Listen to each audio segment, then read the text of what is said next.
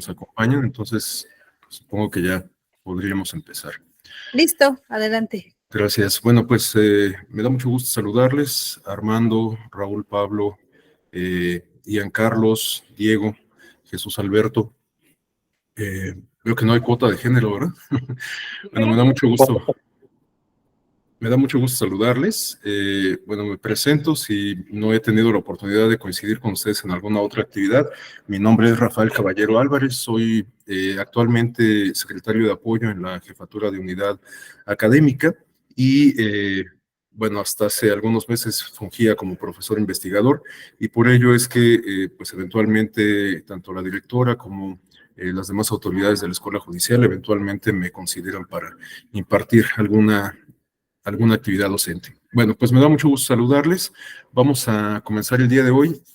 He de decirles que esta participación es un tanto gente, me refiero a que no estaba prevista mi participación en el programa original.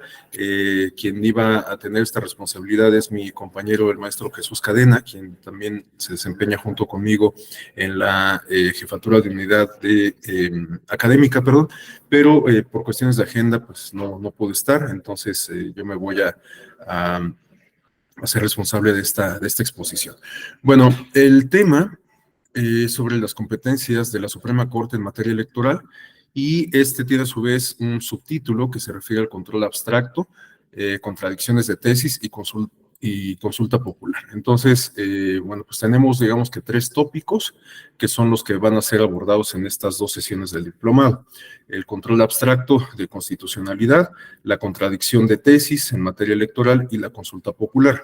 He de comunicarles que, bueno, yo no soy abogado, soy sociólogo, y por lo tanto, bueno, pues quizás de manera un tanto unilateral, voy a enfocarme en esta ocasión en el último de los tópicos de este módulo, es decir, en la consulta popular y la participación, naturalmente, en términos de competencias y atribuciones judiciales y constitucionales que tiene la Corte en la materia electoral y en específico en esta figura de participación ciudadana que se refiere a la consulta popular. Esto con el propósito de que el próximo lunes, en la segunda sesión de este módulo, bueno, pues ya sea que mi compañero Jesús o bien entiendo que la doctora Wendy Jarquín también estaba considerada para esta segunda sesión, se hagan cargo de abordar los 2 tópicos que dejaremos pendientes el día de hoy, que es el del control abstracto de constitucionalidad y las contradicciones de tesis en materia electoral. Bueno, dicho esto, me voy a apoyar en una presentación en PowerPoint que, bueno, no es, digamos, de autoría propia. De hecho, varias de estas láminas las tomé de otra presentación elaborada por el maestro Alexander Reyes y creo que, bueno, pues nos pueden ser útiles como material didáctico, para esta exposición. Entonces, bueno, denme un segundo para compartirles la pantalla.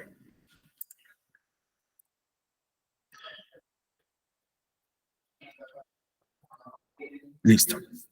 Bueno, antes de comenzar, una última consideración. Si a lo largo de la exposición alguien desea hacer alguna intervención para plantear alguna inquietud, alguna duda, hacer alguna corrección o algún aporte, absolutamente cualquier intervención es bienvenida. Siéntanse con la confianza de hacerlo, para lo cual únicamente les pediría que me soliciten el uso de la voz con la herramienta de la manita o bien abriendo su micrófono. Yo de ninguna forma considero eso como una interrupción y al contrario, reitero que todas las participaciones son bienvenidas y estoy seguro que contribuyen al aprendizaje conjunto. Bueno, vamos a comenzar con algunas premisas básicas que pues en esa calidad pues a lo mejor podemos considerar como muy elementales, pero que nos sirven como introducción o como contexto para los temas, en particular el tema de la consulta que vamos a discutir el día de hoy. Bueno, ¿cuáles son algunas de estas premisas básicas? En primer término tenemos que, bueno, una que parece, reitero, una obviedad, que en la actualidad las constituciones políticas constituyen la base de la organización de una comunidad igualmente política, ¿no? Reitero, pues esto es una obviedad que pues todos quienes estamos formados en las humanidades y las ciencias sociales lo sabemos desde los primeros años de formación, ¿no?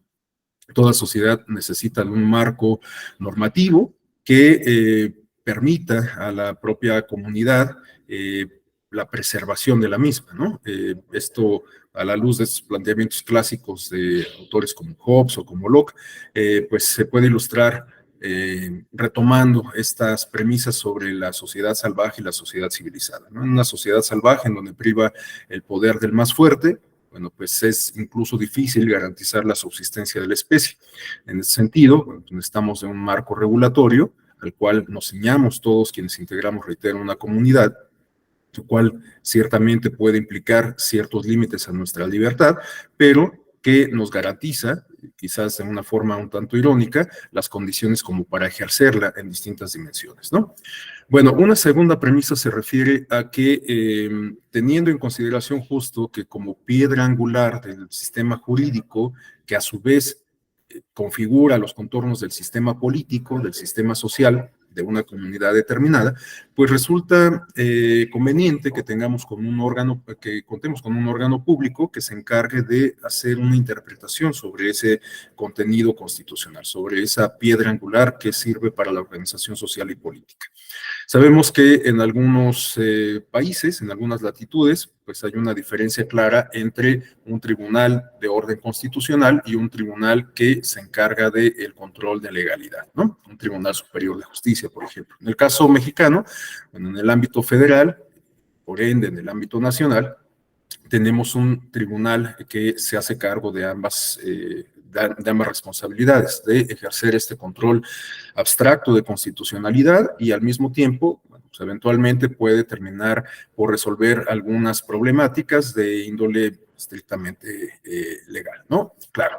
Estas resoluciones que adopta para la resolución de conflictos legales, pues por supuesto que tienen como base alguna interpretación constitucional, es decir, que de cualquier forma esta responsabilidad de fungir como órgano constitucional pues se transmina a la resolución de otros o se manifiesta en la resolución de otros conflictos de índole quizás de menor jerarquía, ¿no?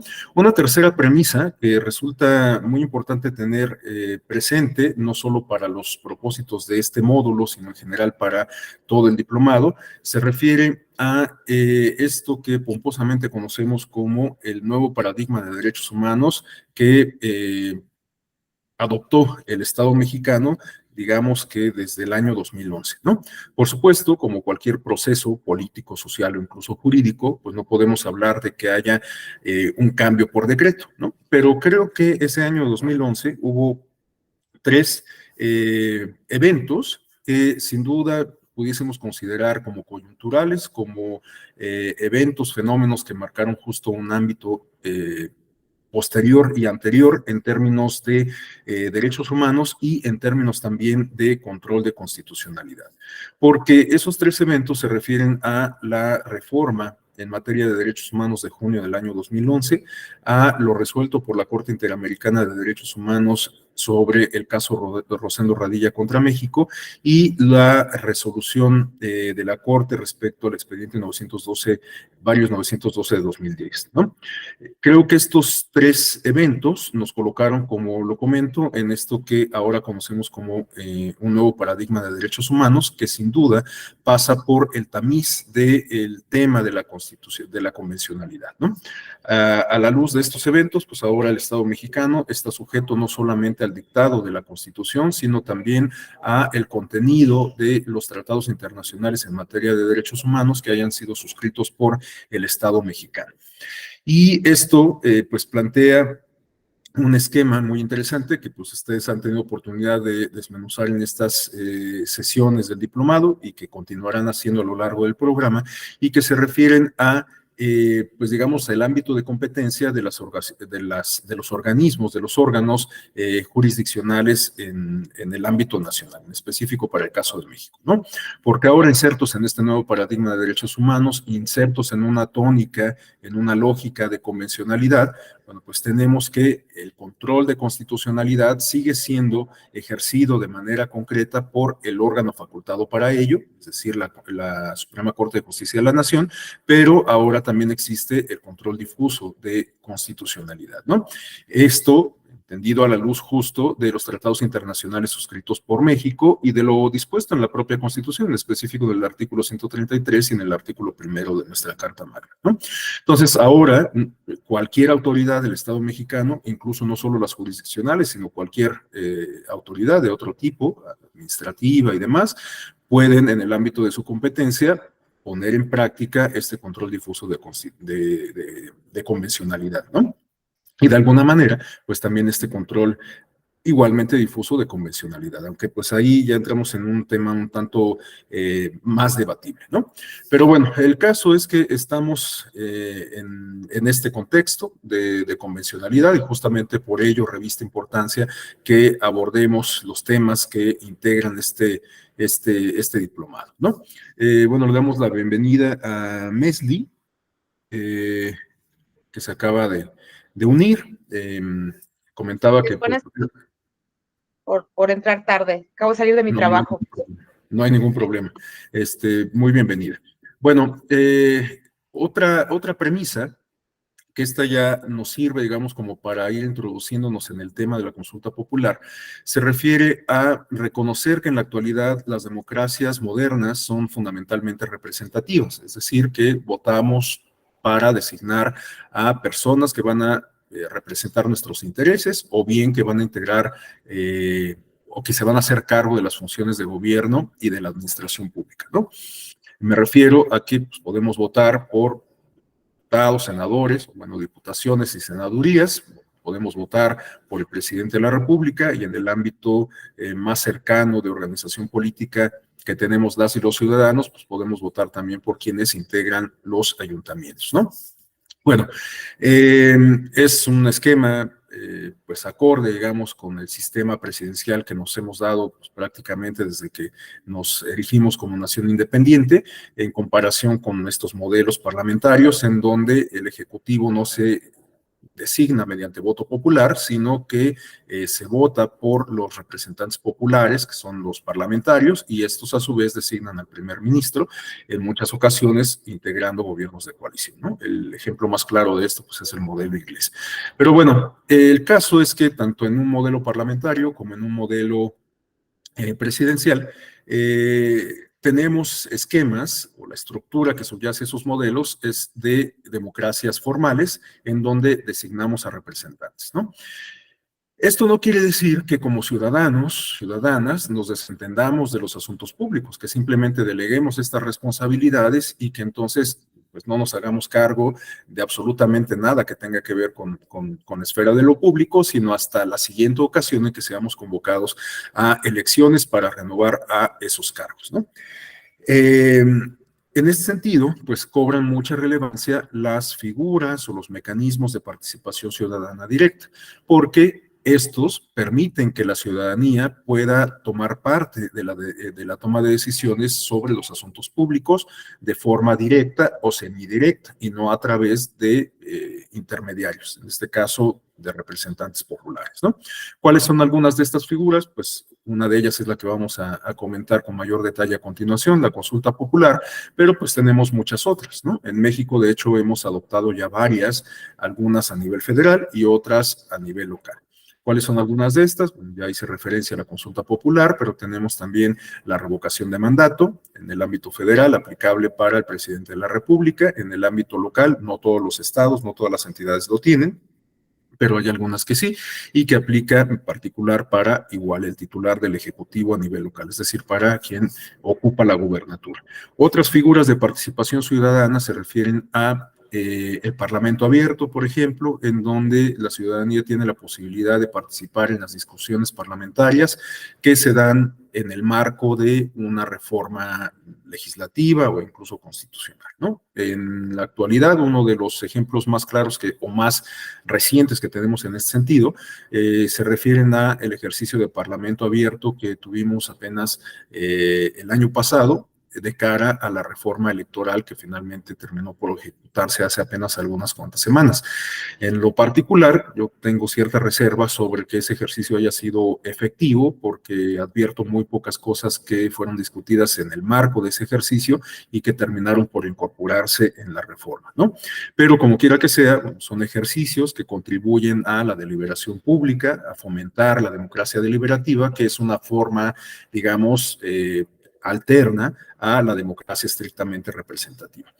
Bueno, otras figuras, solo para cerrar esta primera parte, se refieren al presupuesto participativo, que a mí me parece uno de los mecanismos más significativos, porque permite no solamente tener estos ejercicios de deliberación pública, de discusión, de intercambio de opiniones, sino tener una incidencia real en las políticas de gobierno, en este caso a través de decisiones que se adoptan respecto al ejercicio del presupuesto público. Entonces, este es uno de los mecanismos de participación ciudadana que, en mi opinión, resultan más completos porque, reitero, en un primer momento alientan la discusión, la integración de comunidad entre las personas, el establecimiento de acuerdos para fijar los proyectos o para decidir cuáles son los proyectos que revisten el mayor interés común y finalmente adoptar la decisión respecto a la aplicación de una parte del presupuesto público para la atención o para la ejecución de esos proyectos, ¿no? Bueno, tenemos entonces una gama no muy nutrida, pero sí significativa en materia de mecanismos de participación ciudadana. Y esto creo que también puede contribuir a generar un mayor vínculo entre la clase política y el electorado.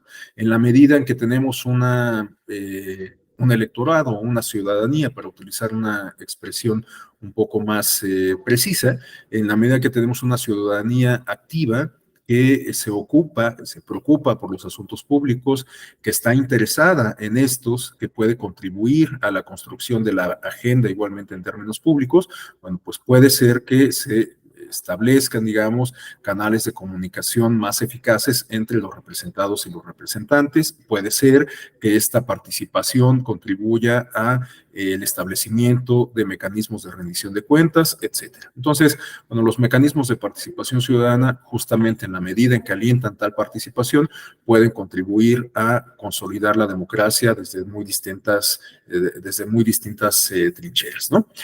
Una última reflexión que creo que es importante que tengamos en cuenta a la luz de las características del ejercicio que vamos a revisar a continuación, que es el de la consulta popular, se refiere a el abuso y el manejo político que se le puede dar a este tipo de mecanismos eventualmente, ¿no?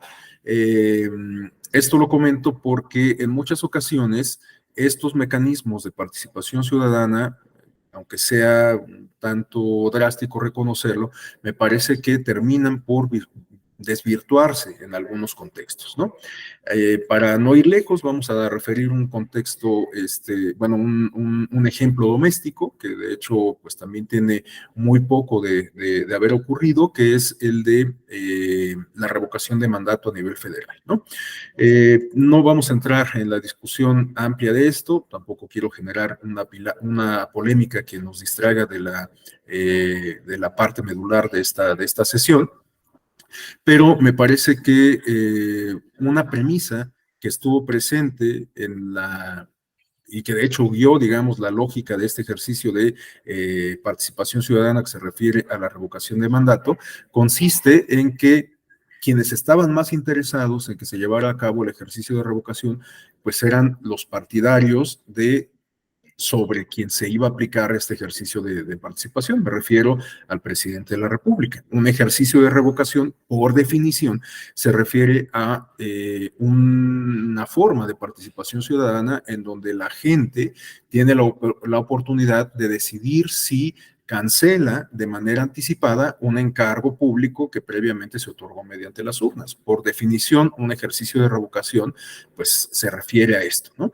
Y aquí lo que tuvimos en la experiencia mexicana, pues fue vemos como una tónica distinta porque, reitero, pareciera que los más interesados en que se llevara a cabo este ejercicio de revocación de mandato, pues eran los propios partidarios del presidente. Reitero, no quiero generar polémica, pero creo que, y esto lo digo o trato de ser muy objetivo al expresarlo, que a final de cuentas este ejercicio de participación ciudadana que tuvimos en México sobre la revocación de mandato terminó por tener una muy baja participación al final, que fue un elemento que contribuyó a la efervescencia de los discursos políticos y esto a su vez pues a alimentar el encono que de por sí en la actualidad estamos viviendo. Un encono que de hecho hay que decirlo, no es exclusivo el caso mexicano, hay muchos otros contextos en donde pues están polarizando las posturas políticas y esto puede tener muy variadas consecuencias. Casi todas ellas, salvo la mejor opinión de ustedes, por supuesto, creo que no son muy alentadoras. Bueno, a continuación, quisiera igualmente, continuando con esta idea de, digamos, pasar revista a algunos contenidos muy básicos, a continuación quisiera compartirles este esquema en donde podemos identificar cuáles son las principales autoridades que tienen injerencia o que tienen o que forman parte del engranaje de nuestro modelo de nuestro modelo electoral, de nuestro sistema electoral, ¿no? Bueno, hay algunas de estas autoridades, de estos engranes, que pues son, vamos, como muy evidentes. Es el caso de las autoridades administrativas y las jurisdiccionales en materia electoral. Estoy hablando de el Instituto Nacional Electoral y de los soples, por lo que se refiere a las autoridades administrativas, y de los tribunales electorales, tanto el perteneciente al Poder Judicial de la Federación como los pertenecientes al Poder, o bueno, no pertenece al Poder Judicial en la mayoría de los casos, pero me refiero a los tribunales electorales especializados en esta materia en el ámbito local, en el ámbito de las entidades federativas, ¿no? Bueno, estos tribunales se encargan justamente de o representan el engrane de nuestro sistema electoral por lo que hace a la parte judicial, ¿no?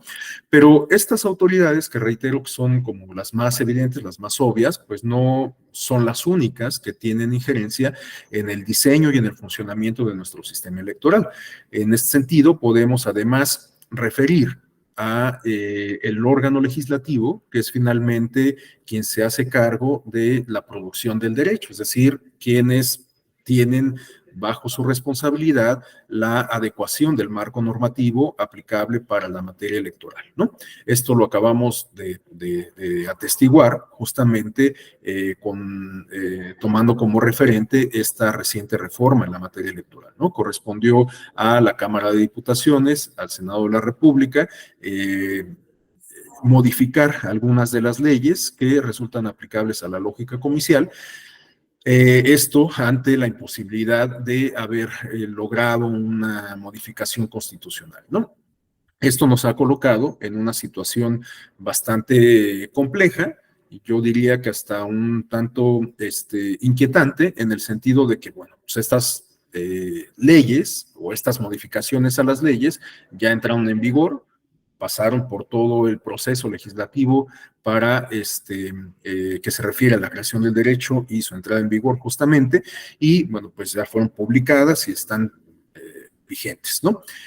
Pero, como ustedes lo saben, seguramente, doy por hecho que sí, hay una tensión, o es posible que haya una tensión entre lo dispuesto en estas leyes de orden secundario y los principios contenidos en la Constitución.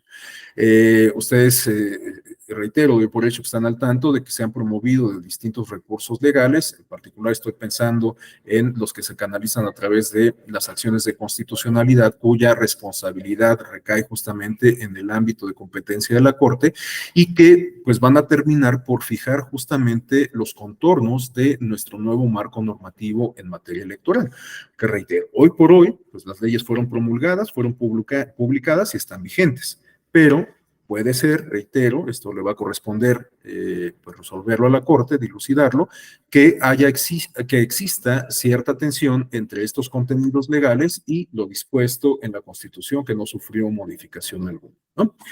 Por ejemplo, solo por citar un ejemplo, y por supuesto no estoy prejuzgando ni mucho menos, porque además pues no es mi función, pero en términos estrictamente académicos, creo yo advertir una cierta tensión entre las modificaciones que se aplicaron a la Ley General de Comunicación Social, que flexibilizan, digamos, algunos criterios por lo que hace a las manifestaciones de los servidores públicos y que eventualmente en el modelo anterior pudiesen haber sido catalogados o se catalogaron generalmente como actos anticipados de campaña y que ahora ante esta flexibilidad pues ya no es así. Bueno, en la ley existe esta flexibilidad a la cual estoy haciendo referencia, pero tenemos que en el artículo 134 de nuestra Constitución, tanto en el párrafo séptimo como en particular en el párrafo octavo, pues eso no sufrió modificaciones y esos párrafos imponen un principio de imparcialidad a los funcionarios públicos y prohíben la propaganda personalizada. Entonces, puede ser, reitero, esto solamente lo comento en términos académicos, que sí exista una tensión en lo que dispone la Constitución, que no sufrió modificaciones, y los nuevos contenidos de estas leyes que fueron modificadas. Esto pues corresponderá resolverlo a la Corte y justamente por eso es que en este esquema aparece la Suprema Corte como una autoridad que eventualmente puede tener injerencia en la materia electoral, en el diseño de nuestro sistema electoral.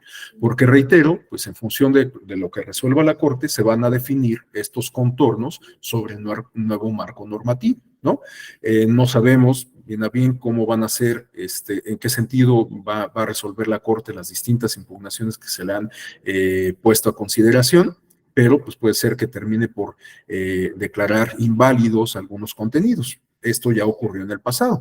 Por ejemplo, la reforma del año 2014 en materia electoral, que es era la más reciente hasta antes de esta que recién ocurrió, se planteó, solo por citar un ejemplo de los muchos que hay, que en la Ley General de Instituciones y Procedimientos Electorales se estableciera como el primer paso para la asignación de escaños de representación proporcional, no en el ámbito federal, sino en el ámbito de las entidades federativas, la asignación directa a los partidos que obtuvieran el 3% de la votación válida. Es decir, que la Ley General de Instituciones y Procedimientos Electorales, la LEGIPE, establecía que para integrar los congresos locales, el primer paso a seguir al correr la fórmula consistía en hacer una asignación directa a los partidos que alcanzaron el umbral electoral, es decir, el 3% de la votación válida.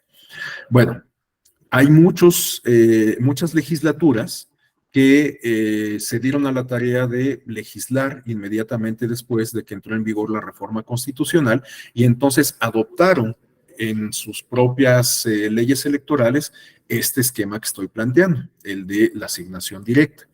Pero hubo otras legislaturas que no consideran esta asignación directa, sino que replican, digamos, el esquema que tenemos en el ámbito federal, es decir, la asignación mediante cociente como primer paso, ¿no? Mediante cociente electoral. Bueno, ¿por qué estoy refiriendo esto? Pues porque la Suprema Corte de Justicia de la Nación, al resolver una acción de inconstitucionalidad, que para serles franco, no me acuerdo ahorita de la clave, decidió que una ley general no puede estar por encima de las constituciones estatales. Entonces, las legislaturas locales, a la luz de esta libertad de configuración legislativa precisamente, podían adoptar o no como primer paso de la asignación de escaños de RP, la asignación directa por porcentaje mínimo, ¿no? ¿Qué tuvo como consecuencia esto? Bueno, pues que en la actualidad tenemos algunos estados que, reitero, si tienen este primer paso de la asignación por porcentaje mínimo y hay otros que no. Esta situación responde en buena medida a lo resuelto por la Suprema Corte de Justicia de la Nación. Si esta disposición de la asignación directa no hubiera quedado contenida en la ley, sino en la Constitución, bueno, pues hubiera sido obligatoria para todos los estados, ¿no? Como por ejemplo lo que se refiere a los umbrales de sobre y subrepresentación de 8 puntos porcentuales. Ese, como es un margen que está establecido en la Constitución, se tiene que ceñir a él todas las fórmulas de asignación de representación proporcional. Entonces, bueno, esto lo comento solo para ilustrar esta facultad que tiene la Suprema Corte de intervenir, o esta facultad práctica que tiene la Suprema Corte de intervenir en la configuración del marco normativo en materia electoral. Y bueno, solo para cerrar este esquema, tenemos ahí también la mención a la FEPADE, bueno, que en la actualidad ya no recibe esta nomenclatura, es la Fiscalía Especializada en Delitos Electorales, ahora conocida como FEDE, que sanciona, bueno, investiga, persigue y promueve, bueno, instaura, digamos, los expedientes sobre violaciones al marco normativo, pero en términos penales, ¿no? Sabemos que nuestro sistema electoral tiene esta vertiente administrativa que corresponde a los tribunales y a las autoridades administrativas precisamente, y una vertiente penal, ¿no? Una misma conducta, pues bueno, puede, digamos, correr por ambas vías, ¿no? Por ejemplo, esto seguramente lo tienen ustedes perfectamente claro, lo que ocurrió con la intervención de un conjunto de influencers en las elecciones federales del 2021, bueno, fueron calificadas por la vía administrativa, tanto por el INE como por el Tribunal Electoral del Poder Judicial de la Federación, como faltas que ameritaron una sanción por la vía administrativa, ¿no? El partido, de hecho, fue sancionado con la imposición de una multa millonaria de más de 400 millones de pesos, además de la suspensión de su prerrogativa de acceso a radio y televisión durante un año, ¿no? Pero las conductas individuales de los influencers, pues también fueron denunciadas por la vía penal por distintos actores y ya corrieron por cuenta separada, porque evidentemente por la vía penal, la FEDE, como representante del Ministerio Público, pues se encarga justo de investigar e integrar las carpetas correspondientes y pues hacerlo del conocimiento del juez de la causa, y ya corresponde a esta autoridad justamente a un juez penal pues fincar las responsabilidades correspondientes, ¿no? Pero, bueno, pues de alguna manera, tanto la FEDE como de manera indirecta los jueces penales pueden tener alguna intervención en la tónica comicial. Bueno, como les había dicho, la idea es que hoy nos centremos sobre todo en esta figura de la consulta popular y la intervención que tiene la Suprema Corte en la dinámica que envuelve justamente esta figura de la consulta popular, ¿no? Y para ello, pues es indispensable que revisemos cómo es la estructura, cómo es el diseño de esta figura de la consulta popular en nuestro país. Por ello es que en las siguientes láminas vamos a revisar de manera muy genérica, pues cuáles son las principales disposiciones que se establecen en la Constitución respecto a esta figura y que de alguna manera, pues evidentemente marcan la pauta para el diseño legal de la misma, ¿no? De que pues ya, digamos, se refiere a cuestiones más operativas o técnicas. Bueno, en primer lugar, creo que habría que señalar que esta figura se incorporó a la Constitución con una reforma que tuvo lugar en el año 2012, una reforma que resultó muy significativa porque fue previa a la reforma del 2014, a la cual ya hice mención hace rato, y que resultó muy importante porque reconfiguró todo el andamiaje electoral en nuestro país, creó lo que ahora conocemos justo como un sistema nacional de elecciones, que tiene como quizás el principal referente a el Instituto Nacional Electoral, ¿no? Hasta antes de esa reforma, pues lo que teníamos era el IFE, que si bien desde la reforma del 2007 se hizo cargo de algunas responsabilidades de índole nacional, pues seguía siendo una autoridad de tipo federal. Ahora, a partir de la reforma, pues es una autoridad que tiene competencia en el ámbito de los sistemas electorales subnacionales. Una competencia que, de hecho, aunque puede, digamos, advertirse de muchas formas, se manifiesta de manera muy clara y reiterada a partir de esa reforma, pues en la organización de las elecciones concurrentes, ¿no?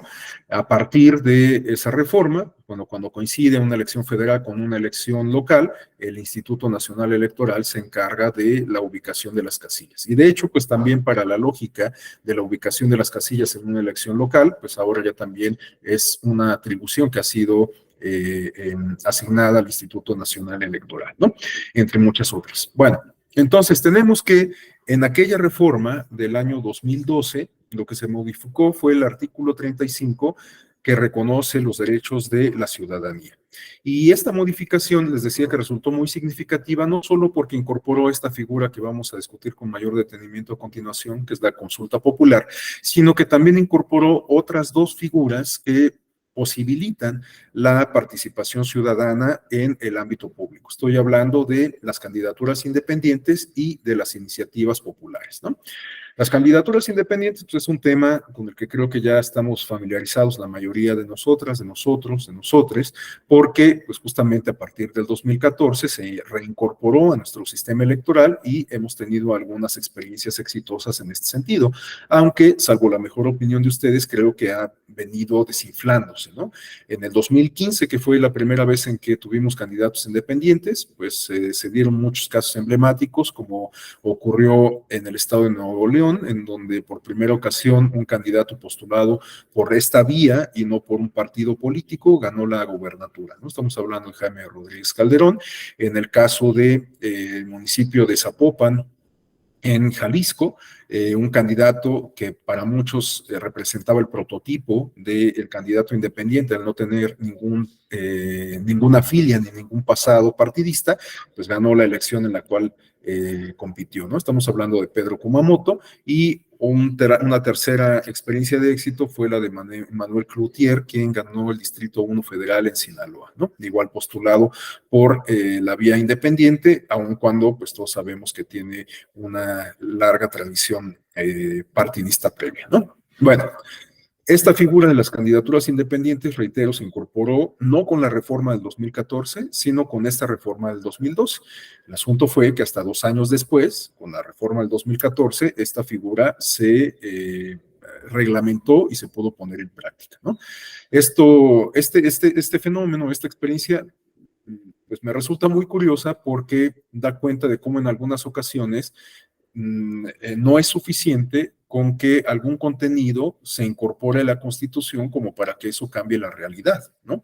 Se requieren de otros elementos como para que ese contenido se ponga en práctica. En este caso, bueno, pues prácticamente tuvimos 2 años de letra muerta por lo que se refiere a las candidaturas independientes, porque, reitero, no fue sino hasta 2014 que se reguló esta figura, y por ello es que en 2015 tuvimos este boom de las candidaturas independientes. Bueno, sobre lo que corresponde a al siguiente mecanismo de las iniciativas populares, pues no es otra cosa sino una forma que tenemos ahora las y los ciudadanos para promover iniciativas de ley o participar en la discusión parlamentaria para modificar alguna ley en específico, ¿no? Claro, esta figura no significa que si tenemos la intención de modificar el marco regulatorio y cubrimos los requisitos, vamos a tener como consecuencia automática la modificación a ese marco, ¿no? Esa es una decisión que corresponde exclusivamente a los legisladores, porque pues ellos han sido dotados de legitimidad para tomar decisiones al respecto. Y aun cuando una iniciativa ciudadana pueda ser muy loable, muy plausible, muy benéfica, pues la decisión final corresponde en última instancia a los legisladores que han sido facultados por el grueso de la ciudadanía para tomar decisiones respecto al diseño legislativo, ¿no? Y bueno, pues la consulta popular también se incorporó a el sistema electoral con esta reforma del 2012, perdón, pero igual que ocurrió con las otras dos figuras, la iniciativa popular o la iniciativa ciudadana y las candidaturas independientes, pues no se pondría en práctica o no tuvo, digamos, un marco que permitiera ponerla en práctica, sino hasta la reforma del 2014. Bueno, esta reforma del 2014, no la de 2012, que fue la que incorporó estas figuras a la Constitución, sino ya hago referencia a la reforma del 2014. Esta reforma del 2014 en materia constitucional, ustedes seguramente saben que tuvo como consecuencia la producción de varios instrumentos de derecho positivo de orden secundario. Me refiero a, por ejemplo, la Ley General de Instituciones y Procedimientos Electorales, que reemplazó al antiguo COFIPE. Tenemos como productos legislativos novedosos la Ley General de Partidos Políticos, la Ley General de Comunicación Social, tenemos como producto de esa reforma constitucional también la Ley Federal de Consulta Popular, que pues, es justamente a la que vamos a hacer alusión en un momento más. Entonces, esa reforma constitucional dio la pauta para crear este instrumento de derecho positivo que regula esta figura en particular de la consulta popular. Una ley federal que vio la luz en el año 2014, justo algunos meses después de la reforma constitucional, ¿no? Sin embargo, resulta muy curioso que esa ley no se puso en práctica sino hasta el año pasado y con unas reformas que igualmente tuvieron lugar de manera reciente, ¿no? Con el modelo anterior, es decir, en los términos en que fue acuñada la reforma, la ley, originalmente nunca tuvimos un ejercicio de participación ciudadana de esta índole, ¿no? De consulta popular, aun cuando sí hubo algunos intentos por llevarla a cabo, a los cuales nos vamos a referir un poco más adelante. Pero bueno, no tiene caso que hagamos, digamos, como una revisión de las características que tenía originalmente esta figura de la consulta popular en 2014 y que lo comparemos con las que tiene ahora en 2018, porque de hecho, pues muchas de estas características se siguen manteniendo. Pero creo que resulta más adecuado que nos enfoquemos en las características que tiene actualmente, ¿no? Y en tal sentido, pues tendríamos que revisar justo cuál es el diseño tanto constitucional como legal de esta figura para que a su vez advirtamos cuál es la participación que tiene la Suprema Corte de Justicia de la Nación, no solamente, o mejor dicho, no en el diseño de la figura, sino ya en la operación del ejercicio, ¿no? En su puesta en práctica. Bueno, en ese sentido, conviene volver a retomar lo dispuesto en el artículo 35 de la Constitución, pero ya en los términos que resultan vigentes, como está actualmente. Bueno, tenemos que en el artículo 35, la fracción octava, que ya referimos antes, bueno, tuvimos algunas modificaciones que pudiésemos considerar pues todavía como recientes, en razón de que pues ocurrieron hace menos de 4 años, poquito más de 3 años, en 2019, y que se refieren a lo siguiente, ¿no? Bueno, desde 2012 ya había quedado claro que era un derecho de la ciudadanía votar en las consultas populares sobre temas de trascendencia nacional.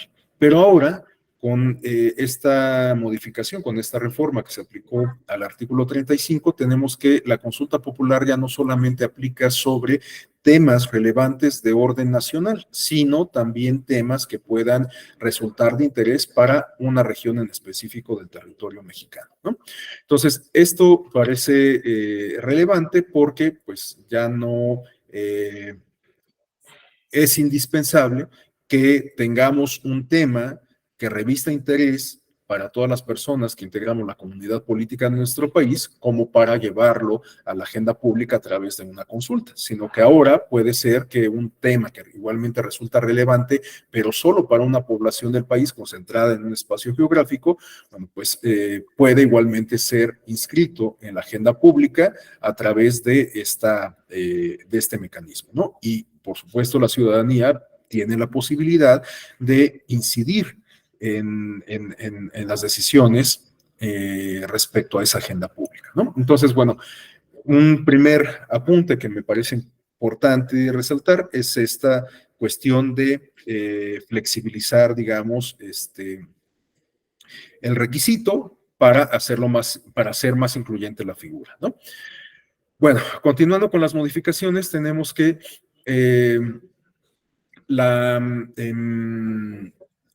los siguientes contenidos en realidad no sufrieron modificaciones, pero bueno, hacemos referencia igual a ello, ¿no? Las consultas populares pueden ser convocadas o deben ser convocadas por el Congreso de la Unión, ya sea por alguna de las siguientes 3 vías. 1, a petición del presidente de la República. 2, a petición del propio Congreso, siempre y cuando cumpla con esta condición que tenemos en pantalla, es decir, que quienes la promuevan equivalgan al 33% de los integrantes de cualquiera de las cámaras del Congreso de la Unión, es decir, a por lo menos una tercera parte del órgano legislativo, o bien La consulta también puede ser promovida por la propia ciudadanía. Si estamos hablando de que se trata de un mecanismo de participación ciudadana, pues tiene mucho sentido que sea la propia ciudadanía quien tenga la posibilidad de promover, ¿no? Entonces, bueno, el inciso C de esta fracción octava del artículo 35 deja esta posibilidad abierta de que sean las y los ciudadanos quienes promuevan el propio ejercicio de consulta popular. Claro, no basta con que yo los convenza a ustedes y digamos, vamos a promover una consulta popular como para que pues, esto se logre, ¿no? Es evidente que un ejercicio que tiene como propósito incidir, reitero, en los asuntos públicos, tiene que contar con el aval y, por supuesto, el interés de una buena parte de la población. ¿Cómo vamos a constatar esto? Pues bueno, cubriendo el requisito que se establece en la Constitución. Entonces, tenemos que este requisito se refiere al 2% de las personas inscritas en la lista nominal de electores, que en la actualidad asciende alrededor del 95%, de 95 millones de personas, ¿no? No recuerdo bien la cifra, pero bueno, pues sabemos que tenemos un padrón electoral sumamente nutrido, que pues va en proporción, por supuesto, con la densidad demográfica de nuestro país, ¿no? Somos 120 millones de personas. Tiene mucho sentido que igual la lista nominal y el padrón electoral pues, estén nutridos por millones de gentes, ¿no? Bueno, como complemento de este mismo inciso C, o bueno, de la fracción que estamos revisando, se señala que las consultas populares de trascendencia regional, competencia de la Federación, pueden ser promovidas siempre y cuando los ciudadanos de una o más entidades federativas equivalgan a por lo menos el 2% de igualmente las personas inscritas en la lista nominal de electores de ese ámbito geográfico, ¿no? De esa entidad federativa o de esas entidades federativas cuyo interés sea promover una consulta popular sobre un interés regional, ¿no? Sobre un asunto regional. Bueno, bueno, un dato adicional se refiere, bueno, un dato adicional forma parte del diseño, ¿no? Pero me refiero a que es un dato adicional porque pues es un supuesto que no necesariamente se actualiza, ¿no? Pero este se refiere a que, con excepción de las hipótesis previstas en el inciso anterior, la petición deberá ser aprobada por la mayoría de cada Cámara del Congreso de la Unión, ¿no? Bueno, este aspecto es importantísimo para la figura de la consulta popular. Una consulta popular implica justamente que las autoridades que eventualmente se vean impactadas por esa decisión igualmente popular tengan o adquieran alguna responsabilidad al respecto, ¿no? Entonces, una consulta popular pues no es solamente un ejercicio de manifestación, no es solamente un ejercicio de libertad de expresión, sino es un ejercicio que implica, como lo he comentado desde el principio, una incidencia o que puede implicar una incidencia real y efectiva en los asuntos públicos, en la toma de decisiones. Por lo tanto, la decisión que se adopte en estos términos de participación ciudadana puede o debe ameritar una respuesta por parte del Estado a través de las autoridades que eventualmente sean competentes para atender ese interés general manifestado en el ejercicio de la consulta, ¿no? Ahora, para que esta respuesta del Estado se actualice, es importante que se cubran igualmente algunos requisitos, sobre todo de índole cuantitativo. Y estos requisitos se refieren a que cuando la participación del total de personas que toman parte del ejercicio alcance por lo menos el 40% de los ciudadanos inscritos en la lista nominal de electores, el resultado será vinculatorio para los poderes ejecutivo, legislativo, federales y para las autoridades competentes, ¿no? Es decir, que se requiere un umbral de participación electoral del 40% para que el resultado de la consulta sea vinculatorio. Esto es importante tenerlo en consideración porque en un momento más que pasemos revista a la experiencia concreta que ya tuvimos el año pasado o hace 2 años en términos de consulta popular, tuvimos la consulta, se llevó a cabo, pero no se contó con umbral de participación electoral como para que el resultado fuese vinculatorio, ¿no? Entonces, es muy importante que tengamos presente esto, porque la sola realización de la consulta no implica que el resultado de la votación amerite una respuesta del Estado, ¿no? O sea, la sola realización de la consulta no tiene efectos vinculatorios. Es necesario, es indispensable contar con un porcentaje mínimo de participación. Bueno, esta parte también es muy importante y esta es justamente la que relaciona con el ámbito de competencia Suprema Justicia de la Nación. El propio diseño constitucional, esta figura de participación, que es la consulta popular, establece ciertos para su realización. Es decir, decirlo en términos muy coloquiales, cierto que por dato constitucional, de acuerdo a lo que la propia Constitución en este diseño de la cultura popular, ciertos temas que no pueden ser sometidos a consulta, no se pueden, no se puede a las personas si están de acuerdo o no respecto relacionado con estos que están vinculados en la, ¿no? ¿Por qué hay ciertos temas que no se pueden consultar a las personas? Pues porque, bueno, puede haber muchas razones, por supuesto.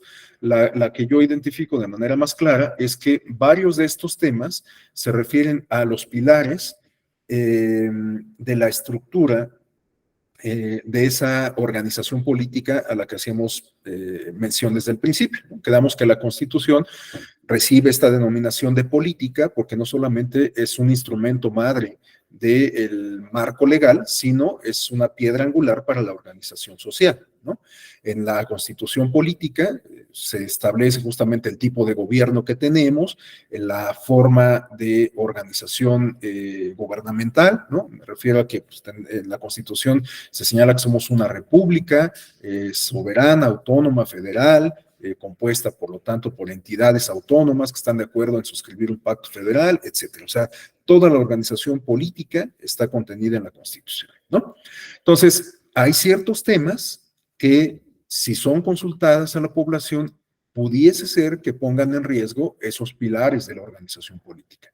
¿Cuáles son esos temas? Bueno, pues estos que están sombreados en gris, ¿no? El sistema financiero, la materia electoral,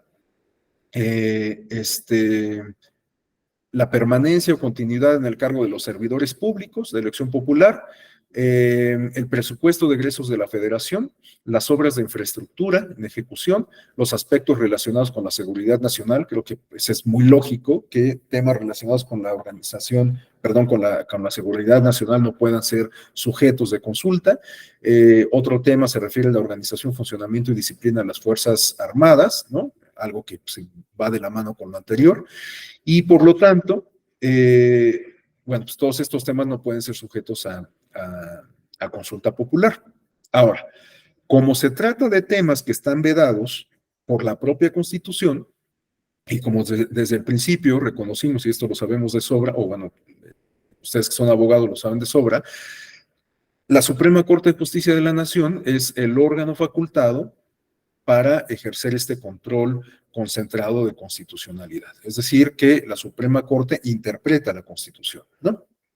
De tal suerte que si estamos de cara a la organización de una consulta popular, la Suprema Corte tiene que verificar que lo que se va a someter a consulta no violente esta prohibición, que no se relacione con alguno de estos temas que están vedados por constituir la base de nuestro sistema político y legal, ¿no? Entonces, si algún actor de los facultados, me refiero al presidente, al Congreso o a un conjunto de ciudadanos que equivalen al 2% de la lista nominal, tiene interés en llevar a consulta, por ejemplo, la desaparición de los tribunales electorales, bueno, habrá que ver, por supuesto, el caso concreto y qué resuelve la Corte. Pero así planteado en términos abstractos, yo me adelantaría a señalar que va a ser algo que la Corte no avale porque implica justamente someter a voto popular cuestiones relacionadas con la materia electoral, ¿no? Reitero, habrá que ver, esto lo estoy planteando en términos demasiado simples, ¿no? Por supuesto, el diseño, o mejor dicho, la ejecución de un ejercicio de consulta popular, pues es algo más sofisticado respecto a lo que estoy planteando, ¿no? Pero, bueno, lo que quiero transmitirles es justamente esto. La Suprema Corte tiene esta intervención en la operación del ejercicio de consulta popular, porque tiene que ejercer estas atribuciones como órgano constitucional para asegurarse que la ejecución, la puesta en práctica de este mecanismo de participación ciudadana no violente lo dispuesto en la Constitución al tratar de someter a la voluntad popular algún tema relacionado con estos que están vedados por mandato igualmente constitucional, ¿no? Bueno, a continuación tenemos algunos datos que se refieren más a la cuestión operativa. Esta parte, si ustedes están de acuerdo, la voy a pasar un poquito más rápido porque pues, se refiere justo a las cuestiones operativas y no tanto, digamos, como a la injerencia que tiene la Corte en la misma lógica operativa, pero me refiero a que pues son aspectos distintos, ¿no? Al tema central que es la participación que tiene la Corte. Entonces, sí vamos a hacer mención a estas láminas, pero me las voy a pasar un poquito más rápido para, después de ello, hacer referencia a las experiencias concretas que ya hemos tenido, es decir, a los intentos de consulta popular que yo les comentaba hace rato, que trataron de implementarse después del año 2014, cuando se reguló la figura, es decir, cuando entró en vigor la ley general, federal de consulta popular, y para cerrar la exposición haciendo referencia al ejercicio concreto, es decir, al que tuvimos en el año 2021, ya con este marco que justamente estamos revisando, ¿no? Bueno, entonces, en esta lámina tenemos, pues digamos, las funciones, atribuciones, obligaciones que por mandato constitucional se le asignan al Instituto ahora Nacional Electoral respecto a esta figura de la consulta popular. En ese sentido, en el mismo artículo constitucional que estamos revisando, en el numeral 4, se establece que corresponderá justamente al INE llevar a cabo la verificación en primer término del requisito establecido en el inciso C del apartado primero de esta fracción octava que estamos revisando. Es decir, corresponde al Instituto Nacional Electoral verificar que cuando la consulta sea promovida por un conjunto de ciudadanos, pues este apoyo ciudadano sea auténtico, ¿no? ¿Cómo va a verificar esa autenticidad? Pues bueno, justamente contrastando los datos de los promoventes con la lista nominal que está a resguardo del propio instituto, ¿no? De hecho, pues sabemos que el padrón electoral está a resguardo del instituto y que la depuración de tal padrón, que es justamente la lista nominal de electores, pues también es una responsabilidad del propio instituto, ¿no? Entonces, pues teniendo la certeza de que el instituto tiene al día tanto el padrón como la lista nominal, que es un instrumento de carácter técnico que nos permite justamente votar el día de las elecciones o el día en que se ejecute alguno de estos mecanismos de participación ciudadana. Bueno, pues teniendo la certeza de que ese instrumento está actualizado, de que cuenta con datos fidedignos, bueno, pues corresponde al Instituto Nacional Electoral cotejar ese instrumento con los datos de los promoventes de la figura, ¿no? Es igualmente tanto penoso reconocer que, por desgracia, en muchas ocasiones,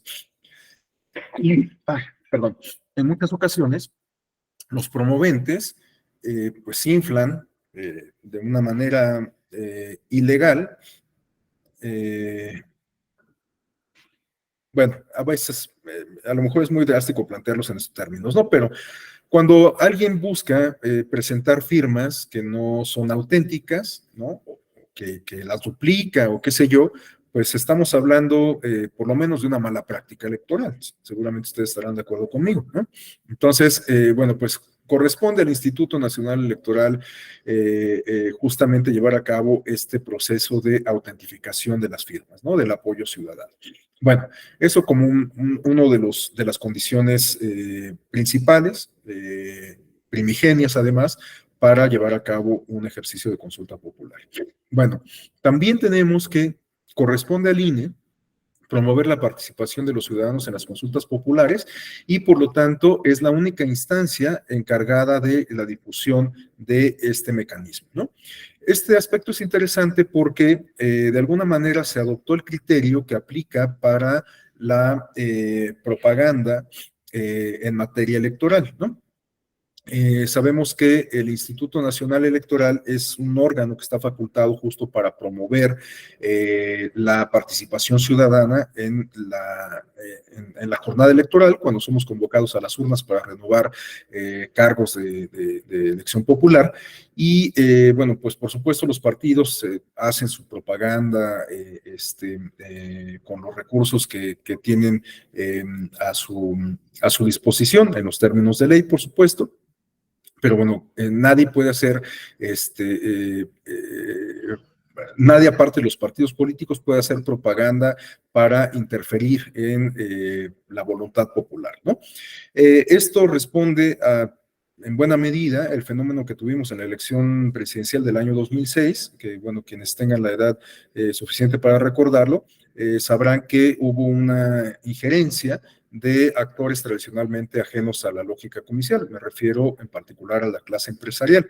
Algunas empresas, aprovechando su identidad gráfica en color azul y blanco, en ese contexto hicieron propaganda velada en beneficio de un partido político y en detrimento de la coalición que postulaba al hoy presidente de la República, Andrés Manuel López Obrador, ¿no? En aquella ocasión que se postuló por primera ocasión a ese cargo. Y además tuvimos la participación del Consejo Coordinador Empresarial, ¿no? Este fenómeno resulta muy interesante porque incluso yo me atrevería a decir que fue la causa de la creación de lo que ahora conocemos como el procedimiento especial sancionador. Pero bueno, esa es una discusión que dejaremos de lado por falta de tiempo. Pero lo que quiero decir con esta remembranza es que a partir de esas experiencias puede ser que el legislador haya considerado que no era conveniente que actores ajenos a la contienda electoral intervinieran en esta. Y por lo tanto se estableció una prohibición constitucional para que ningún actor político, ningún actor pudiese interferir en las preferencias electorales, en el comportamiento del electorado, contratando espacios en radio y televisión, ¿no? Por eso es que pues, esta posibilidad está vedada y corresponde exclusivamente al Instituto Nacional Electoral hacer estas campañas que incentiven la participación ciudadana, ¿no? Por supuesto, sin tratar de influir en el sentido del voto, ¿no? Faltaba más que el INE como autoridad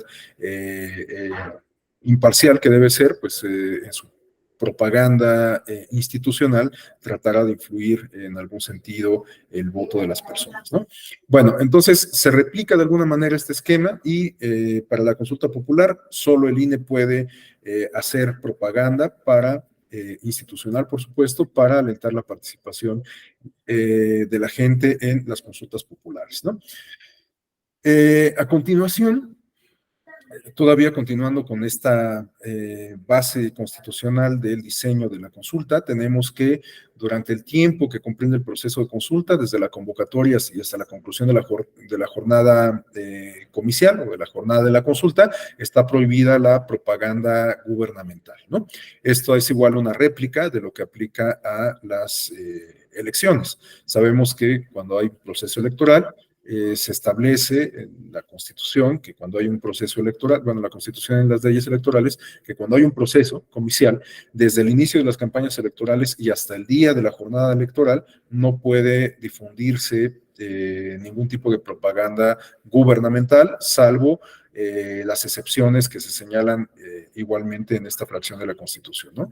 Es decir, las relacionadas con campañas de información de las autoridades electorales, servicios educativos o de salud, o bien las necesarias para situaciones de emergencia y de protección civil en situaciones de emergencia, ¿no? Entonces se replica igual este criterio aplicable para las elecciones en el caso de las consultas populares. Bueno, las últimas cuestiones sobre el diseño de la consulta popular en términos operativos. Las consultas son convocadas las consultas populares deben de realizarse el primer domingo de agosto, es decir, no se empatan con la elección si es que el mismo año de la consulta hubiera elección alguna, ¿no? Es decir, que la elección tendría que llevarse en junio, de acuerdo a lo que establece el marco normativo aplicable, y la consulta popular tendría que llevarse unos meses después, en agosto, ¿no? Bueno, tenemos también que en el numeral 6 se establece que las resoluciones del INE pueden ser impugnadas ante el Tribunal Electoral del Poder Judicial de la Federación. Por ejemplo, si el Instituto Nacional Electoral emite un informe respecto a que una consulta no es procedente porque se demuestra que no se cumple con el 2% que demanda la propia Constitución, a pesar de que se haya presentado un conjunto de firmas que supera ese porcentaje, bueno, esa decisión puede ser impugnada ante el Tribunal Electoral, ¿no? En este ejemplo que estoy poniendo, ejemplo hipotético, bueno, es que en muchas ocasiones, reitero, como desafortunadamente ha ocurrido en la práctica, se inflan las cifras de las firmas, se presentan firmas que no son auténticas, que pertenecen a personas que no están en la lista nominal o que han fallecido o qué sé yo, y entonces, pues al momento de hacer el cotejo, el instituto da cuenta de que pues no se alcanza el umbral electoral, ¿no? Pero bueno, como quiera que sea, esa decisión adoptada por el instituto, pues tiene que ser o puede ser controvertida ante una autoridad jurisdiccional, en este caso ante el Tribunal Electoral. Y por último, tenemos que la ley establecerá lo conducente para hacer efectivo lo dispuesto en toda esta fracción que acabamos de comentar. Bueno, a continuación tenemos algunos apuntes del marco legal, que les decía, pues esta parte ya tiene como un carácter más técnico, igual que la última parte de esta fracción octava del artículo 35 que comentábamos, y por lo tanto, reitero, no nos vamos a detener demasiado, incluso pues algunos contenidos de la ley resultan un tanto reiterativos, como justo este que tenemos aquí en pantalla, ¿no? Aquí nuevamente se hace mención de cuáles son las entidades o los entes facultados para promover una consulta popular, que es el presidente, el Congreso o por lo menos una tercera parte de las cámaras del Congreso, o bien los ciudadanos que cumplan con el porcentaje del 2% de la lista nominal, ¿no?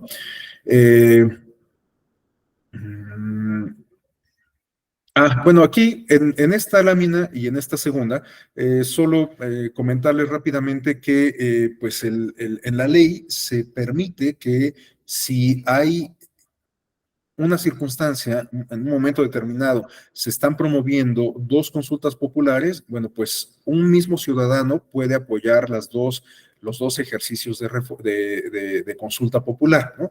Esto puede ser válido, aunque hay una restricción que se refiere a que si se rebasa, perdón, el 20% de las firmas de apoyo, solamente procederá la firma de ese ciudadano que está apoyando dos propuestas en una de las dos, ¿no? O sea, me refiero a que no es posible que para plantearlo en términos muy coloquiales, que un muy nutrido conjunto de ciudadanos apoye de manera simultánea dos propuestas de consulta popular, ¿no? O sea, sí es válido que un ciudadano lo haga, pero si son muchos los ciudadanos que están en este supuesto de apoyar dos iniciativas de consulta popular, bueno, si son muchos, entonces la autoridad electoral, en este caso el INE, va a tener que decantarse porque el ciudadano solamente, o va a tener que obligar a que el ciudadano solamente apoye una de las dos iniciativas, ¿no? No podrá apoyar ambas. Lo reitero, esto solamente en este supuesto de que sean muchos los ciudadanos que están apoyando las dos iniciativas, ¿no? Si es un porcentaje reducido, bueno, pues no habrá mayor problema en ello. Bueno, a continuación tenemos que, bueno, hablando en estos términos operativos y técnicos, pues tenemos lo dispuesto en el artículo 13 respecto a los momentos en que se puede promover la consulta popular por parte de la Cámara o de alguna de las cámaras del Congreso, ¿no? Bueno, a continuación tenemos pues los pasos a seguir cuando la iniciativa de consulta ciudadana provenga de la ciudadanía, ¿no? Se tiene que acudir ante alguna de las cámaras del Congreso, dar o brindar este aviso de intención, ¿no? Es un documento formal, pero pues, con el cual se manifiesta esta intención de promover el ejercicio en cuestión. La mesa directiva de la Cámara tiene que emitir un plazo no mayor a 10 días, en donde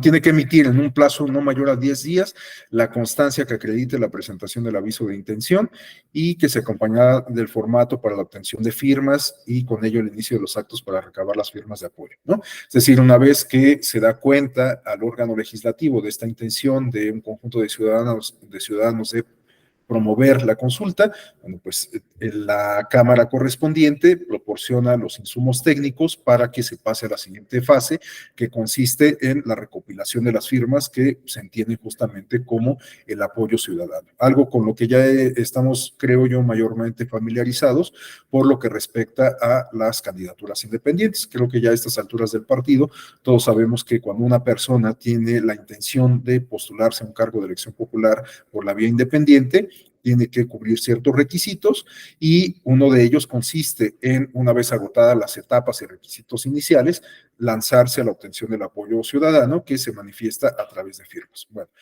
guardadas las debidas reservas, es un esquema bastante similar, ¿no? Esta parte contenida en el artículo 64 de la Ley Federal es la que de alguna manera establece esta vinculación de la Corte a la operación del ejercicio de consulta popular, ¿no? El artículo 64 señala que cuando el informe del instituto indique que la participación total en la consulta popular corresponda al menos al 40% de los ciudadanos inscritos en la lista nominal de electores, el resultado será vinculatorio, algo que ya habíamos señalado, ¿no? No cualquier ejercicio o no, la sola realización de la consulta no garantiza una respuesta del Estado para atender la preocupación planteada por la ciudadanía en la propia consulta, ¿no? Entonces, se requiere que la participación sea por lo menos del 40% de las personas inscritas en la lista nominal.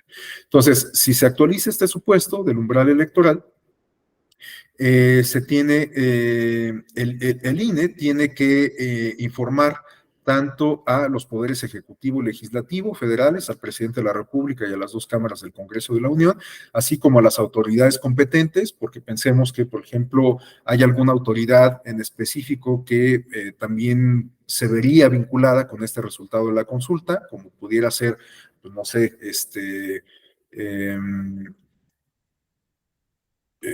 por decir algo, ¿no? La Comisión Nacional Forestal, ¿no? Si es que el proyecto es sobre la conservación de un ecosistema en algún estado o en alguna región de la República. No lo sé, estoy hipotetizando, ¿no?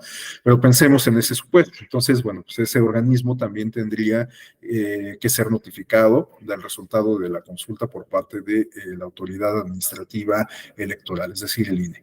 Y bueno, lo tiene que hacer del conocimiento de la Suprema Corte, quien notificará a las autoridades correspondientes para que dentro del ámbito de su competencia realicen lo conducente para su atención. Es decir, que esta vinculatoriedad se ve reforzada nuevamente con la participación de la Corte. De tal suerte que podemos advertir que la Suprema Corte de Justicia de la Nación tiene por lo menos dos participaciones o participación en dos momentos distintos cuando se ejecuta un ejercicio de esta naturaleza. En un primer momento, para verificar que el tema de la consulta no atente contra alguno de los que están vedados por la propia Constitución y por lo tanto pues valide el contenido de la pregunta y pueda procederse a la operación del ejercicio. Ese es un primer momento y el segundo momento se refiere justo a fortalecer esta cuestión de vinculatoriedad con las autoridades que se ven impactadas con el resultado de la consulta, ¿no? Bueno, por último, solo como complemento, se señala en este mismo artículo 64 que el resultado de la consulta que sea vinculatorio tendrá efectos durante los 3 años siguientes contados a partir de la declaratoria de validez, ¿no? Es decir, que pues, se abre, digamos, una ventana de tiempo para que las autoridades competentes atiendan la voluntad popular manifestada en la consulta durante los siguientes 3 años a su realización. Perdón.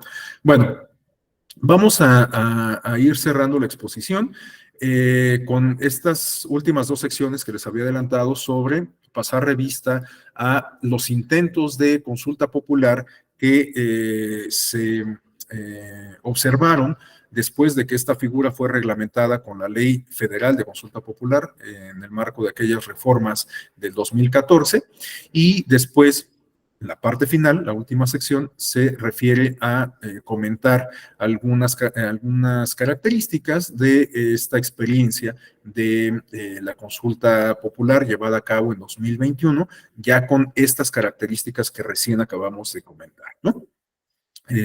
Características del diseño de la figura, ¿no? Tanto constitucionales como legales. Bueno, un primer intento de consulta popular que se observó, reitero, después de que esta figura se incorporó a la Constitución y se reglamentó en 2014 con la ley correspondiente, se refiere a esta iniciativa que fue promovida por representantes del Partido de la Revolución Democrática, ¿no? Martí Batres, en ese entonces senador de la República, y José de Jesús Zambrano, si no me equivoco, era dirigente del partido en aquel momento, ¿no? Bueno, sabemos que ahora Martí Batres está en Morena y que es el secretario de Gobierno en la Ciudad de México, pero pues creo que todos sabemos que muchas personas que ahora militan en Morena, pues tienen una formación en el Partido de la Revolución Democrática. Bueno, el caso es que esta iniciativa fue promovida en particular por estos 2 representantes del PRD y consistía en llevar a la consideración de las y los ciudadanos esta pregunta que aparece en la parte de abajo de la lámina. La pregunta concreta era, ¿estás de acuerdo o no en que se otorguen contratos o concesiones particulares, nacionales o extranjeros para la explotación del petróleo, el gas, la refinación, la petroquímica y la industria eléctrica? Es decir, que la intención de estos representantes del PRD consistía en consultar a la ciudadanía si estaban de acuerdo en que los recursos naturales siguieran siendo administrados por el Estado o bien que se concesionaran a particulares, tanto nacionales o extranjeros, ¿no? Sabemos que el tema de la extracción de hidrocarburos siempre ha pasado por esta discusión, ¿no? Es una discusión que se mantiene permanente sobre mantener la rectoría de esta extracción de bienes naturales por parte del Estado o bien cederla en concesión a los particulares y pues quizás obtener mejores resultados mediante un modelo empresarial más vanguardista, ¿no? Es una discusión que, reitero, pues se ha hecho añeja y pues nunca pasa de moda, ¿no? Bueno, en esta iniciativa, la Suprema Corte de Justicia de la Nación terminó por no validar la pregunta, ¿no? Mediante el procedimiento correspondiente, la Suprema Corte de Justicia de la Nación, en el expediente identificado con esta clave, Consulta Popular 2-2014, determinó inconstitucional la materia de la consulta que se buscaba promover, porque en opinión de la Suprema Corte, perdón, es que me pasé esta lámina, ¿no? Ajá, esta lámina. La Suprema Corte de Justicia de la Nación consideró que esta pregunta se relacionaba en específico con el tema de los ingresos y gastos del Estado, una materia que ya advertimos que está vedada desde la propia Constitución, ¿no? Esta lámina que tenemos a continuación es el segundo intento que se observó en ese contexto del 2014, después de que fue reglamentada la consulta popular, y esta fue promovida por el Partido Acción Nacional a través del entonces senador de la República, Gustavo Madero, ¿no? La intención del Partido Acción Nacional, a través, reitero, del senador Madero, consistía en consultar a la gente si estaba de acuerdo en que la Ley Federal del Trabajo estableciera que la Comisión Nacional de los Salarios Mínimos fijase un nuevo salario que cubriese las necesidades de una familia para garantizar al menos la línea de bienestar determinada por el Coneval.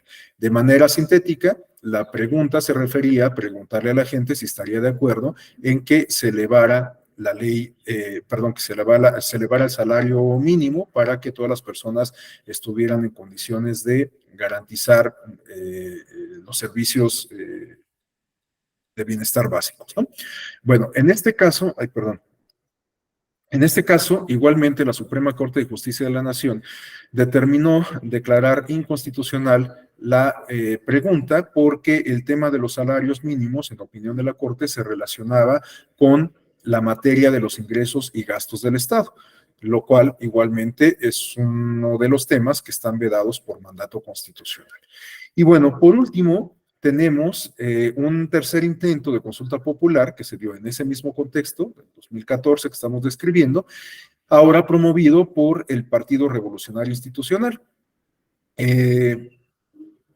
Vemos cómo fueron 3 partidos políticos quienes promovieron en ese contexto distintas iniciativas que, bueno, cada quien tendrá su opinión al respecto, pero yo en lo particular, y ya visto en retrospectiva, creo que quizás estas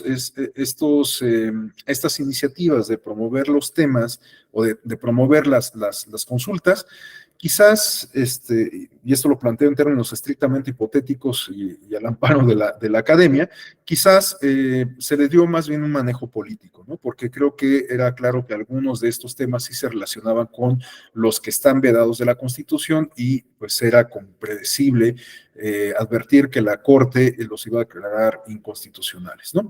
Pero pues tenían un poderoso mensaje o contenían un poderoso mensaje político, ¿no? Me refiero al interés de los partidos políticos por elevar el ingreso de las personas, el interés de los partidos políticos por hacer partícipes a los ciudadanos sobre las políticas de extracción de hidrocarburos y, en este caso, consultar a los ciudadanos sobre la reconfiguración de nuestro sistema político y de representación, porque la propuesta que planteaba el Partido Revolucionario Institucional a través del senador Camacho Quirós consistía en preguntarle a la ciudadanía si estaría de acuerdo en que los diputados plurinominales se redujeran de 200 a 100. Entonces, como esta propuesta se relacionaba con la materia electoral, la Suprema Corte, de manera unánime, igualmente terminó por decretar la inconstitucionalidad de la pregunta que se buscaba someter a consideración de la ciudadanía, ¿no? Bueno, a diferencia de las otras experiencias que acabamos de revisar, del PRD y del PAN, esta fue contundente, ¿no? O sea, la votación fue unánime, todos los ministros estuvieron de acuerdo, ministros y ministras estuvieron de acuerdo en que esta pregunta no podía ser sometida a consulta popular. Bueno, esto es justamente lo que acabo de señalar, ¿no? Y bueno, pues como les decía, para cerrar la exposición, creo conveniente que pasemos revista a la experiencia concreta que recién tuvimos y que se llevó a cabo con las reglas que acabamos de comentar a lo largo de esta exposición. Cabe señalar aquí, como a modo de paréntesis, de apostilla, que una vez que entró el presidente López Obrador, él promovió, si no me equivoco, 2 o 3 consultas populares que de ninguna manera se ajustaban a lo dispuesto en la ley, en la materia, ¿no? Parece muy loable el intento del presidente por hacer partícipe a la ciudadanía de la toma de decisiones, pero creo que al hacerlo de una manera un tanto informal o bastante informal, e incluso, pues yo diría que desapegado, desarraigado de el diseño constitucional y legal, pues termina igualmente por ser una experiencia que más bien pues terminó por constituir, digamos, un elemento argumentativo para el discurso, ¿no? Pero en términos de participación ciudadana efectiva, pues creo que esas consultas que se llevaron a cabo de manera telefónica o con mesas receptoras de votación para definir si se cancelaba el aeropuerto de Texcoco y demás, bueno, pues dicho sea con todo respeto, y esto lo digo por supuesto a título absolutamente individual, creo que no terminaron por pues alentar realmente la participación ciudadana y que, reitero, pues se apartan del diseño constitucional y legal de esta figura, que creo que son bastante claros al respecto, ¿no? Los términos en que debe funcionar. Pero bueno, dicho esto, pasamos a la experiencia concreta del año 2021. Bueno, pues aquí tenemos que la iniciativa de consulta popular fue promovida igualmente por el presidente de la República. Por eso se me vino a la memoria esta experiencia de las consultas que recién tomó el cargo el presidente, impulsó, ¿no? Pero bueno, esta fue una consulta que igual fue promovida por el presidente, pero que ya se ajustó a el diseño que acabamos de comentar, ¿no? Entonces, bueno, en este caso tenemos que la Suprema Corte de Justicia de la Nación determinó que la materia de la consulta popular propuesta por el presidente Andrés Manuel López Obrador era constitucional. Pues su finalidad no violaba el artículo 35, fracción octava, numeral tercero de la Constitución. Es decir, que los ministros, las ministras de la Corte consideraron que la propuesta del presidente de la República no atentaba contra ninguno de los temas o las materias que están vedadas por el propio mandato constitucional, ¿no? Por supuesto, la parte argumentativa que sustenta esta resolución es muy nutrida, ¿no? No nos daría tiempo de desmenuzar estos argumentos y para fines didácticos, pues solamente tenemos aquí algunos apuntes, pues muy simples al respecto, ¿no? En ese sentido, tenemos que, de acuerdo con la Suprema Corte, la consulta no puede o no debía interpretarse en el sentido de que estuviera encaminada a que las autoridades de impartición y procuración de justicia cumplieran o bien dejaran de cumplir con sus atribuciones, en tanto que son de ejercicio obligatorio, sino que la consulta estaba encaminada de manera más amplia a preguntar a la ciudadanía sobre la posibilidad de emprender un proceso de esclarecimiento de las decisiones políticas tomadas en los años pasados con la finalidad de garantizar la justicia y los derechos de las víctimas. Ustedes acordarán que, bueno, de manera coloquial, se entendió que la consulta buscaba preguntar a la ciudadanía, o ese era el objetivo, preguntar a la ciudadanía si estaría de acuerdo o no en que se juzgara a los expresidentes por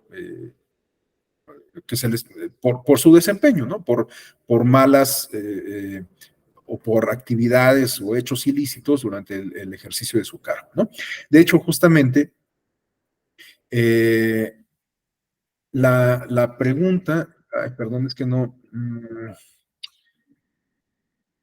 está aquí la pregunta original, ¿no?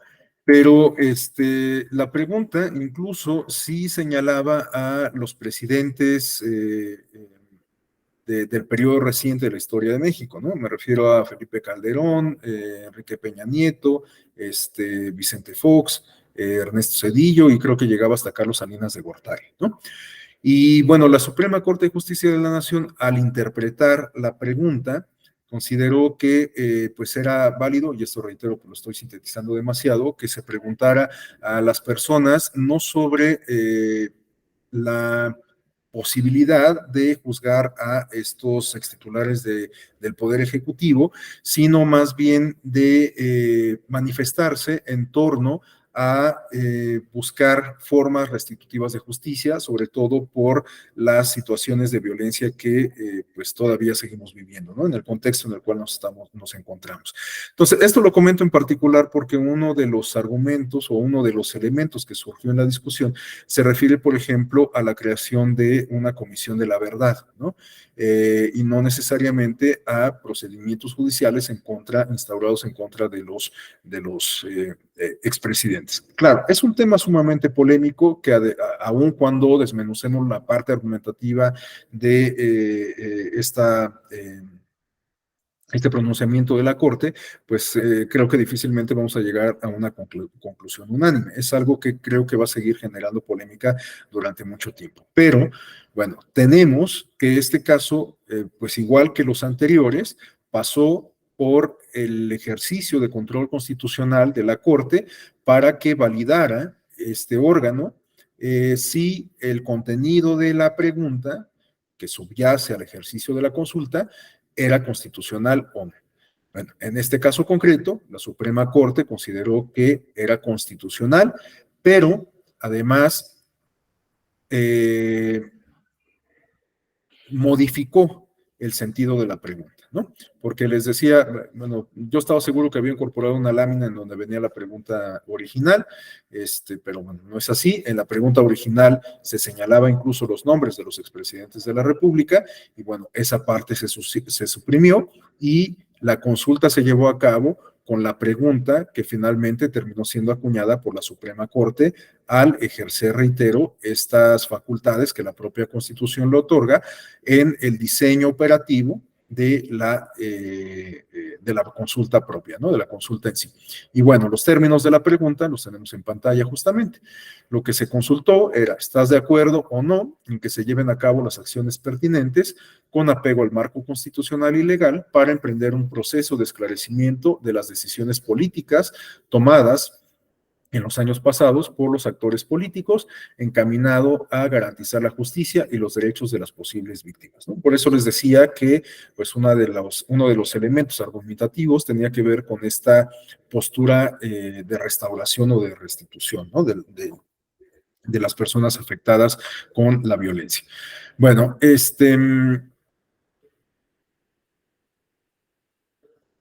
bueno, ahí está la referencia, incluso está la liga, por si desean consultar el documento completo.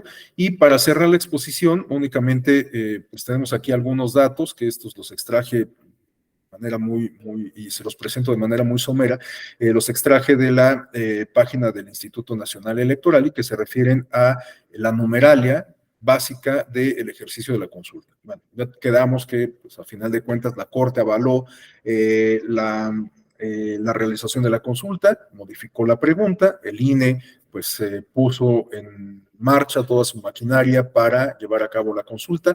Fue un proceso también sumamente controvertido porque el Instituto Nacional Electoral en su oportunidad argumentó que no contaba con los recursos suficientes, incluso solicitó una ampliación presupuestal a el Congreso de la Unión, la cual le fue denegada. Promovió también un recurso ante la Suprema Corte de Justicia de la Nación para que ésta a su vez obligara al legislativo a dotarlo de los recursos necesarios. Al final, pues con muchas vicisitudes, el ejercicio se llevó a cabo, pero creo yo, salvo la mejor opinión de todas y todos ustedes, que fue no un ejercicio exitoso, que pudiésemos calificar como exitoso, a la luz de los números que tenemos justamente en pantalla, ¿no? Tenemos que apenas participó el 7.11% de la lista nominal, ¿no?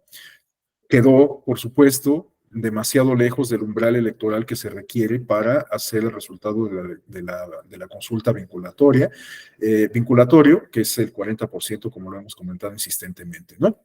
Entonces aquí el umbral de participación fue sumamente reducido, no alcanzó ni siquiera el 8% de participación. De ese porcentaje de participación, pues evidentemente la gran mayoría votó por el sí.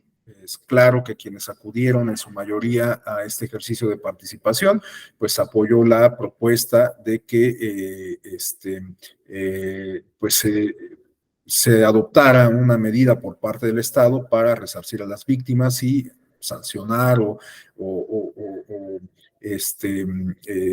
sancionar o juzgar pues a los actores políticos responsables de esta situación de violencia, sus afectaciones, etcétera. El porcentaje de personas que optaron por el no pues es significativamente reducido, apenas el 1.5%, y se anularon poco menos del 1% de las boletas de las personas que participaron en el ejercicio, ¿no? Entonces, pues reitero, es un ejercicio que pues no pudiésemos considerar exitoso.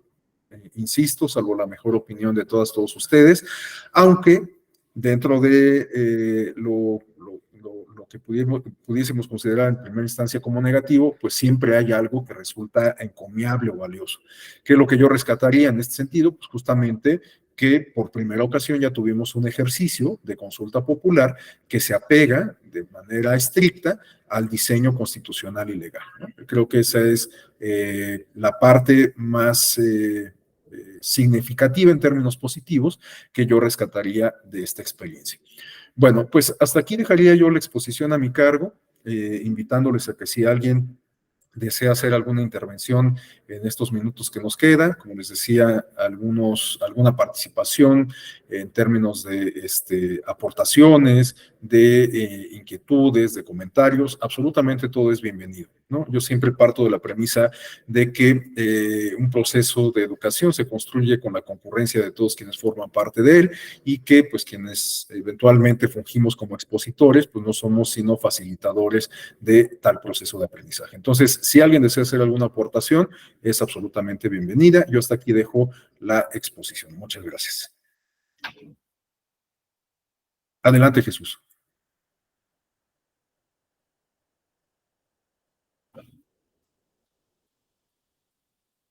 Adelante, Jesús.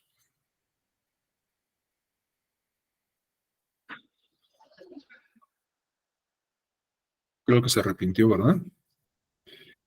Bueno, Perdón, adelante. ¿sí me escuchan? Sí, sí, sí.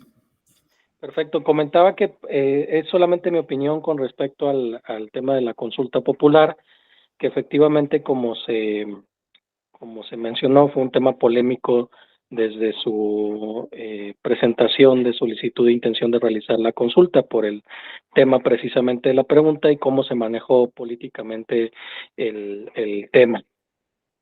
Mi opinión es que, si bien es cierto, estoy de acuerdo con lo que determinó la Suprema Corte de Justicia en el sentido de que la pregunta planteada, o cómo se replanteó la pregunta más bien por parte de la Suprema Corte, estaba dentro del marco constitucional. Yo considero, desde un punto de vista individual, que sí debe de explorarse o deben desarrollarse más criterios eh, para detonar precisamente el ejercicio de la consulta popular. Yo soy de la idea de que en este caso fue un tema estéril la consulta, porque si bien es cierto, como ya se aclaró, no se trataba, como coloquialmente se trató, de saber si se juzgaba o no se juzgaba a los expresidentes, sino más bien si la gente opinaba que debía de haber un esclarecimiento por decisiones políticas. Me parece que eso también está dentro de las obligaciones de los servidores públicos o de las administraciones públicas, precisamente esclarecer hechos, sean políticos o no sean políticos, con independencia del tema. Además, en un ejercicio de transparencia, de máxima publicidad y demás, pues eso se debería de hacer, y es una obligación, me parece, de la administración pública. Y por lo tanto, pues desde mi punto de vista carecía de sentido esa consulta. ¿Y por qué lo menciono? Porque el detonar ya o autorizar el ejercicio de una consulta popular, pues implica el despliegue y la erogación de una cantidad importante de recursos económicos, humanos, materiales, temporales, de las autoridades, en este caso electorales, concretamente del Instituto Nacional Electoral, que, si bien es cierto, es uno de sus facultades o atribuciones el organizar este tipo de ejercicios de participación ciudadana. Lo cierto es que, insisto, cuando no hay, o desde mi punto de vista, no hay una claridad del beneficio que pueda traer una consulta bajo esa temática, pues la verdad, desde mi punto de vista, carecía de sentido. Con respecto al ejercicio mismo y al resultado del mismo, coincido con la opinión, sobre todo esta última, de que, si bien es cierto, no se logró una participación pues muy copiosa.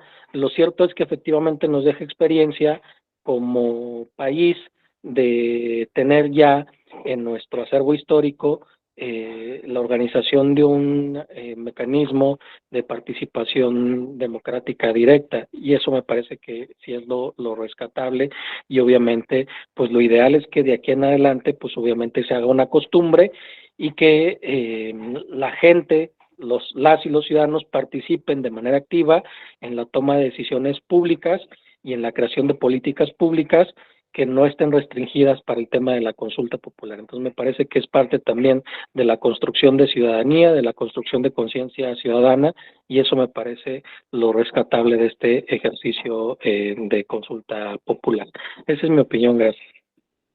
Muchas gracias, Jesús. Muy bienvenida la opinión y coincido. Muchísimas gracias. Creo que también teníamos la intervención de Abraham Torres. Sí, muchas gracias. Concuerdo con lo planteado por el compañero Jesús, y también tengo una opinión respecto a la consulta popular, en este caso para enjuiciar a los expresidentes. Pues considero que no fue un verdadero ejercicio de la ciudadanía organizada, infiriendo en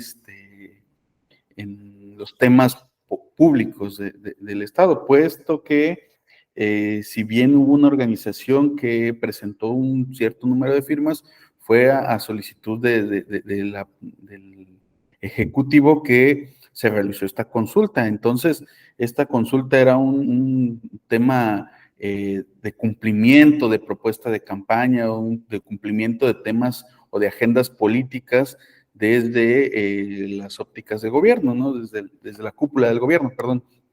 Entonces, considero que no se llegó al ejercicio exacto de la consulta popular, porque el tema de la consulta es que la ciudadanía lleve un tema de interés regional o nacional para que se pueda tomar una decisión escuchando a la ciudadanía, ¿no? Sin embargo, este tema de los expresidentes únicamente obedeció a un tema meramente político y en consecuencia tuvo el resultado de poca participación. Gracias.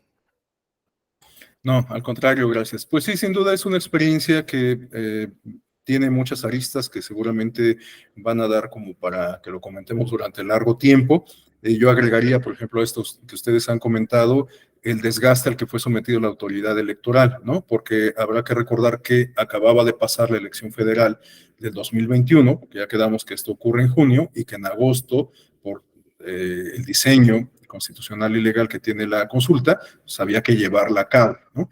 Entonces, era un desgaste extra de la autoridad electoral que creo yo que se agravó todavía más por esta situación de los recursos, porque como bien lo comentaba José Alberto, pues la consulta implica justamente el despliegue del aparato electoral, ¿no? Volver a colocar casillas, imprimir materiales, que las casillas pues sean operadas por los ciudadanos, que pues a lo mejor ya estaban cansados de haber participado en la elección previa, ¿no? No solamente los funcionarios, sino quienes acudimos a las urnas, y en fin, hay muchas condiciones que creo yo que pudiésemos interpretar también como un desgaste de la autoridad electoral, ¿no? Entonces, hay muchas aristas que pues están abiertas en torno a esta experiencia concreta que ya tenemos, pero insisto en lo que ya comenté y que pues creo que coinciden también al respecto, tanto Jesús como Abraham, de que lo encomiable, lo rescatable de este ejercicio es que pues, se realizó por primera ocasión con apego al diseño constitucional y legal, ¿no? Y que pues esta primera experiencia pudiese ser la punta de lanza para con posterioridad tener experiencias que ahora sí pudiésemos calificar en toda la extensión de la palabra como exitosas, en el sentido de que sea una iniciativa promovida particularmente por la ciudadanía, que haya una copiosa participación y sobre todo, pues que esa participación incentive la respuesta del Estado sobre ese interés particular de la ciudadanía. Bueno, pues les agradezco a todas, a todos su atención. Se los aprecio todavía más considerando que es viernes por la tarde. Estos horarios son bastante complicados. Se los aprecio. Les reconozco su interés por seguir capacitándose, formándose, actualizándose y formar parte de estos espacios de discusión académica en general. Yo me despido. Les deseo un excelente fin de semana y seguramente habrá alguna otra oportunidad en que podamos coincidir para seguir debatiendo sobre estas temáticas. Muchísimas gracias. Buenas tardes, gracias. Muchas gracias.